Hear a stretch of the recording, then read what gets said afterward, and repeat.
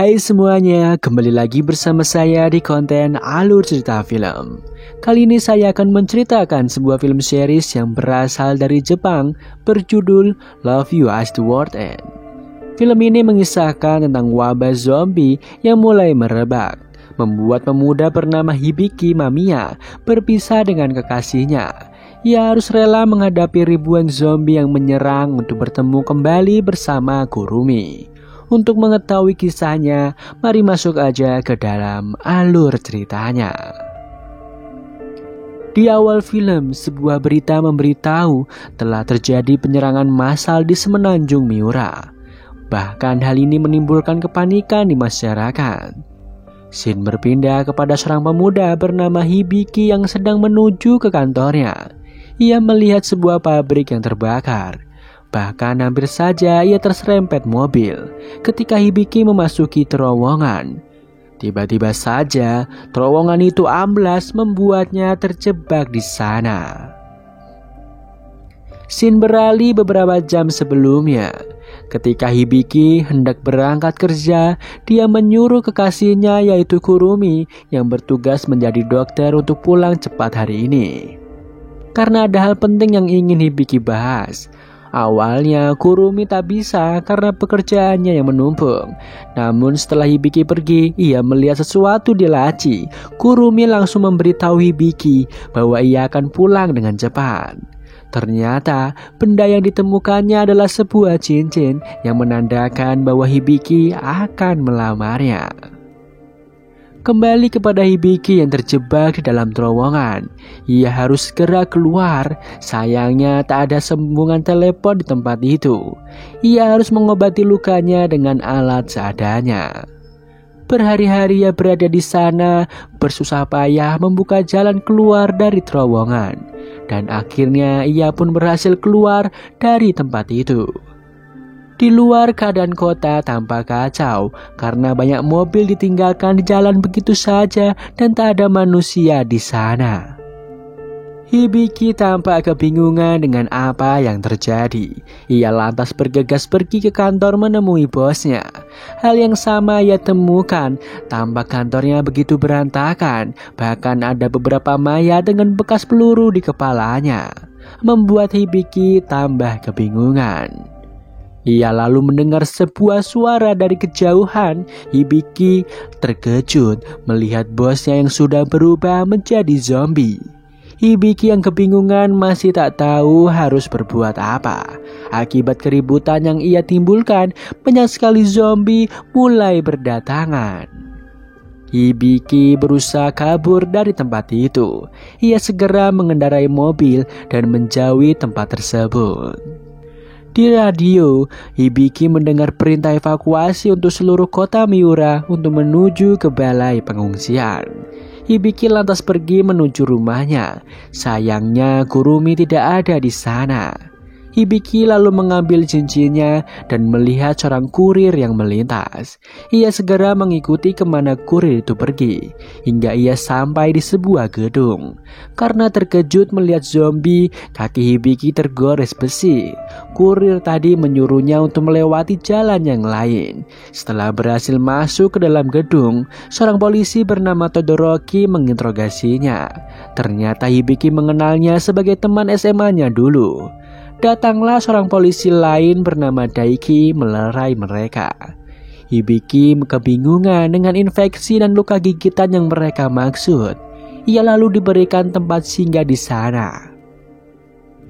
Ternyata di sana ada beberapa pengungsi lainnya. Seorang pengungsi bernama Komoto begitu khawatir jika Hibiki sudah terinfeksi. Hibiki yang penasaran dengan apa yang terjadi akhirnya dijelaskan oleh pria tua bernama Uwajima. Dia menjelaskan bahwa zombie adalah mayat hidup dan jika tergigit akan terinfeksi. Namun penyebabnya masih belum diketahui. Mereka harus segera ke tempat pengungsian untuk menghindari para zombie. Seorang kurir bernama Azuma berniat memanggil bantuan karena dirinya sudah tahu jalan pintas yang aman menuju tempat itu. Setelah itu Todoroki mengkhawatirkan jika Hibiki tidak bisa dipercaya. Namun Daiki merasa tugas polisi adalah melindungi masyarakat. Tak disangka obrolan mereka didengar oleh Hibiki. Hibiki lantas menanyakan Ogasawara, temannya dulu, kepada Todoroki. Namun Todoroki tidak tahu keberadaannya. Setelahnya, luka di kaki Hibiki diobati oleh Mihara. Dia menjelaskan bahwa semua orang yang di sana tinggal di suatu apartemen yang sama. Sayangnya, saat evakuasi mereka terperangkap di lift. Lalu seorang wanita bernama Kanae memberikan tisu basah untuk Hibiki membersihkan dirinya. Mihara ternyata memiliki seorang putri bernama Yuzuki yang mengidap asma. Tiba-tiba terdengar suara zombie di luar. Kakek Uwajima memberitahu bahwa para zombie sangat agresif jika malam hari. Pada malamnya mereka mencemaskan Azuma yang tak kunjung kembali dari tempat pengungsian. Hibiki berencana menjemputnya, namun Daiki mencegahnya untuk pergi. Ia berencana mengajaknya pergi dari sana ketika pagi hari bersama-sama, dikarenakan obat dan makanan yang mereka punya mulai menipis. Di saat semuanya berdebat, Hibiki menyela dan ingin memasak sesuatu.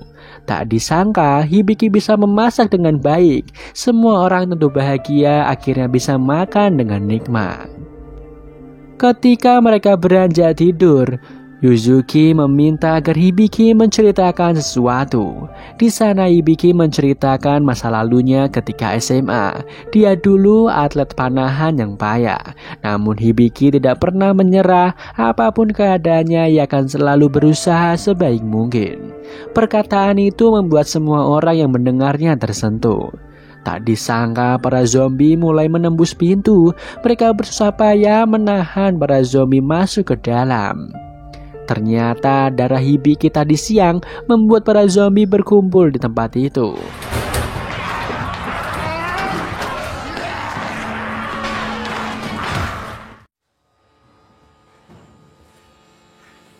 Akhirnya mereka semua berangkat menuju ke tempat pengungsian.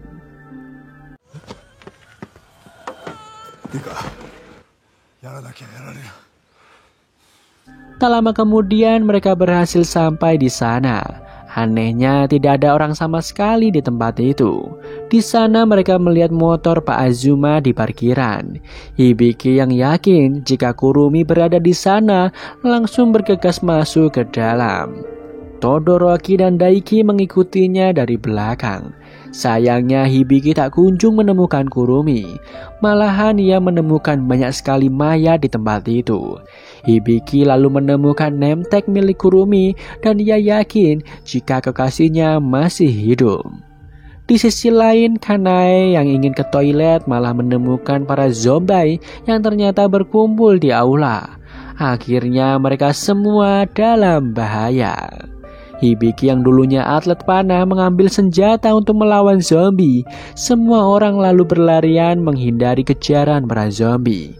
Bahkan Mihara dan Suzuki harus terjebak di toilet. Mereka terus melawan zombie yang mulai berdatangan. Mereka lalu terpisah di beberapa ruangan. Mihara menyuruh putrinya untuk keluar terlebih dahulu. Di sini Kanae yang frustasi meminta agar Todoroki menembaknya. Ketika Todoroki ingin menembaknya, Hibiki menghentikannya. Hibiki meyakinkan mereka bahwa pasti ada jalan keluar dari semua ini. Ia lalu melihat kain untuk turun ke bawah. Sementara itu Mihara berhasil selamat setelah Daiki datang.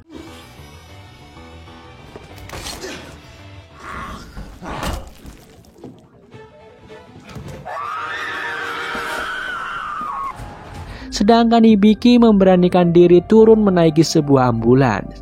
Ia dengan cepat masuk ke dalam ambulans dan mengambil darah segar. Ia memancing zombie dengan darah itu agar yang lainnya bisa turun. Yuzuki yang dikejar zombie terjatuh dan tak bisa berbuat apa-apa. Mereka lantas berusaha menolongnya dengan menembaki para zombie yang berdatangan. Hingga muncul zombie yang terakhir yang ternyata adalah Pak Azuma. Dengan terpaksa Hibiki memanahnya untuk menyelamatkan Yuzuki. Akhirnya mereka berhasil selamat dari kematian. Mereka lalu mendengarkan sebuah siaran radio yang ternyata Kurumi masih hidup dan dikepung oleh zombie. Ia meminta Hibiki untuk menyelamatkannya. Sayangnya sambungan lalu terputus, membuat Hibiki semakin panik dengan keadaan kekasihnya. Scene beralih memperlihatkan Kurumi yang terjebak di dalam sebuah mobil bersama beberapa orang. Mobil itu memiliki sebuah logo yang sama dengan baju seorang pria. Dia terlihat sedang memperhatikan zombie yang dirantai, dan film pun bersambung.